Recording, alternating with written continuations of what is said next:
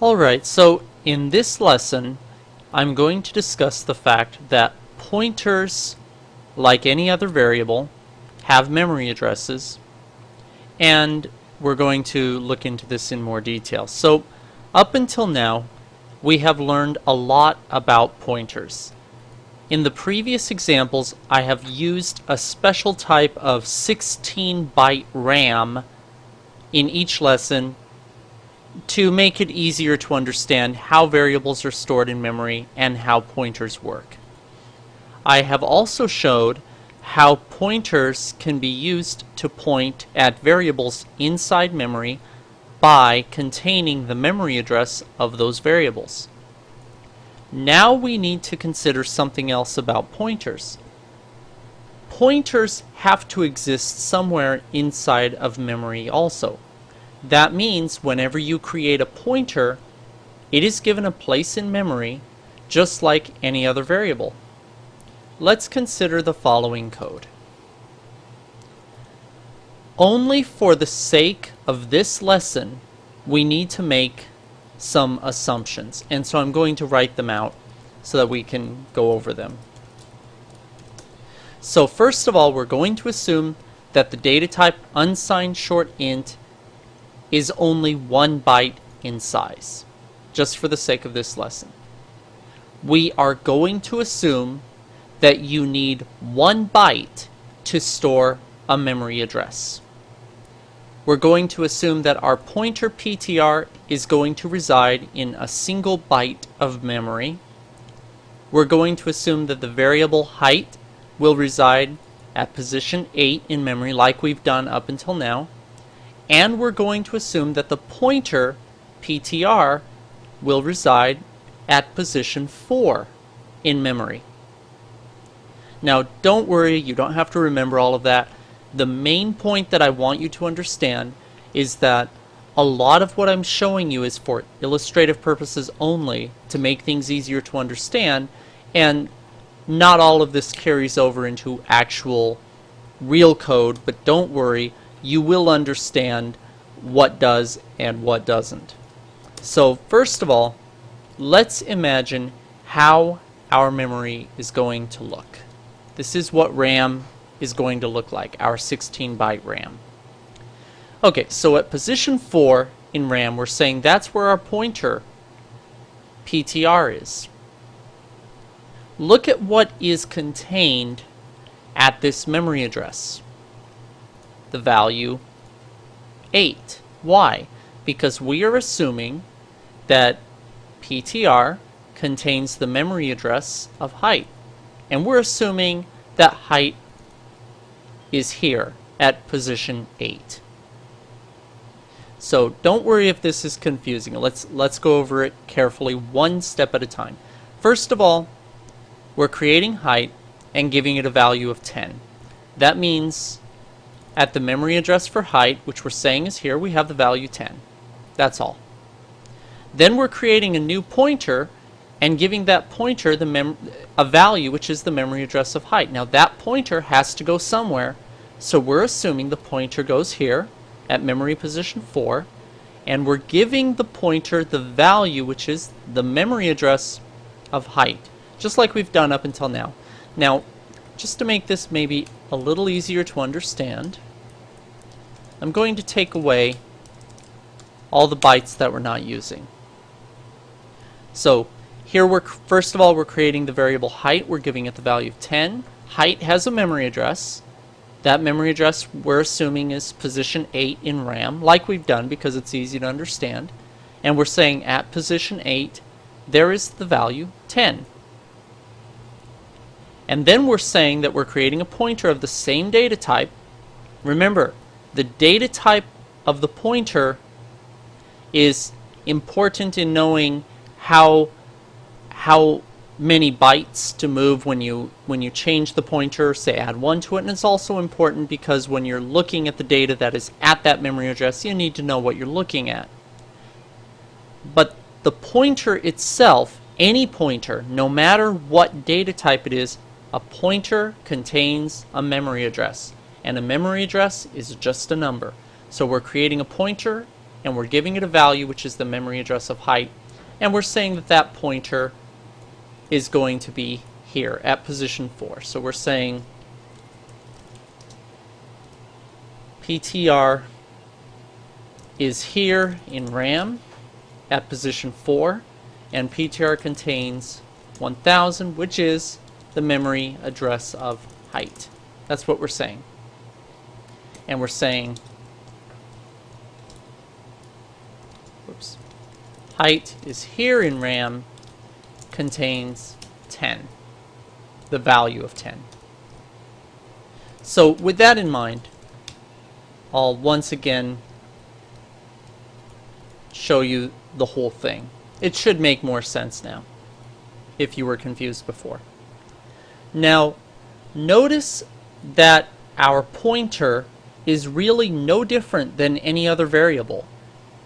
It has a memory address, which in this case is 4, and it has a value, which in this case is 8. The value is just a number. It just so happens that that value, that number, is the memory address of the variable height. In an earlier lesson, we saw that variables like height are plain English names that correspond to values that are stored at specific memory addresses. For example, if I type height equals 10, C will keep track of the actual memory address where height resides so that I don't have to. Whenever you create a pointer, you are giving the pointer a plain English name the same way as you would do for a variable in general. And a pointer has a memory address just like a variable does. So all we are changing in this example versus what we've done so far is it used to be that I wrote something like this. I would say height is here, and then I would say PTR contains 1000 or 8, which is the value, which is the memory address of height, right?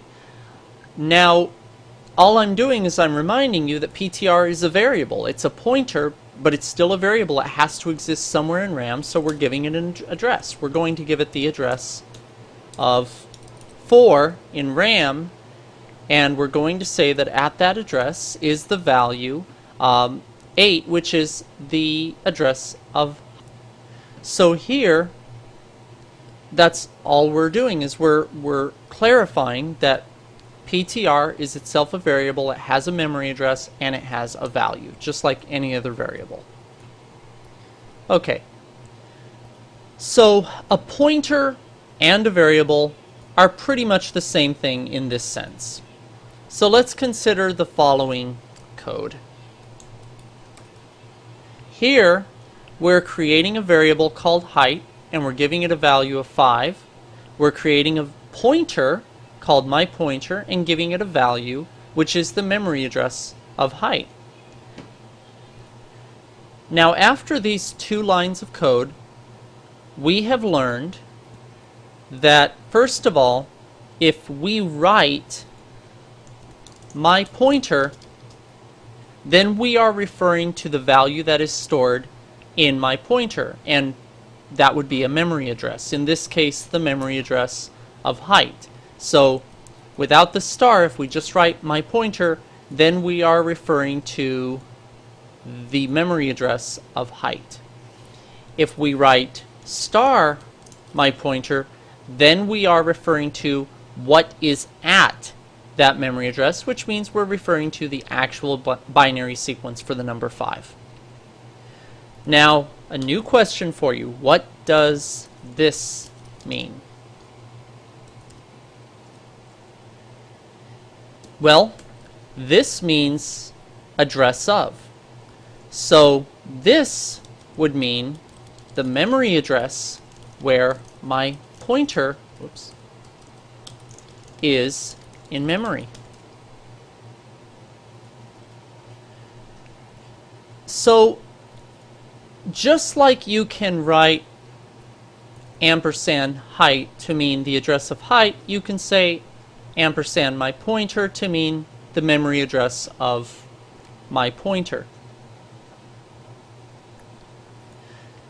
Just the memory address of the pointer, not what is stored there.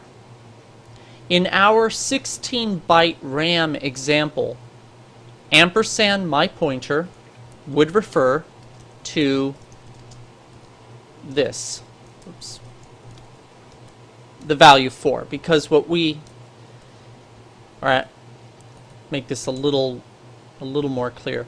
Let me paste back what that looks like so you can see it. So this is our 16-byte RAM. So since my pointer, I'll just call it PTR. There. Let's look at it like this. So ampersand PTR, what does it mean? Well, PTR is a pointer that exists in memory at position 4. It contains the value 8, because 8 is the memory address of height, and so on, but we don't really care about that. All we really care about is that it has a memory address. Pointer has a memory address, which is 4.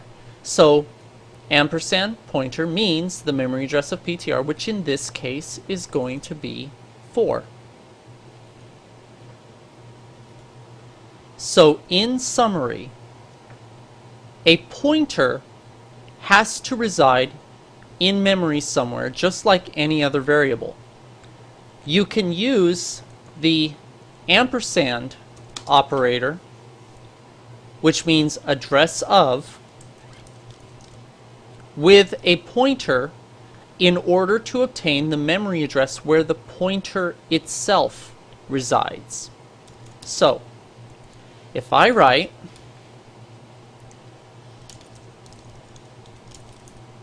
here, I have created a pointer. If I write, now I'm referring to whatever the value that is stored in that pointer, which is presumably going to be a memory address. Like, let's suppose I created a variable called height, and I gave it the value 5, and I set this to the address of height. So here, my pointer is just going to refer to the memory address of height. If I write this, then I'm referring to what is at that memory address, which is going to be 5. If I write this, then I am saying the memory address where the pointer itself is. I don't know what that memory address is, but I know there has to be one because everything has to be in memory somewhere. So this pointer has a memory address. It exists in memory somewhere, and if I wanted that specific memory address, I would put an ampersand in front of the pointer name like this. We'll get into this more in detail later, but right now I just want you to understand two things. A pointer has a memory address, just like anything else. You can obtain that memory address with a ampersand address of operator. Okay, on to the next lesson.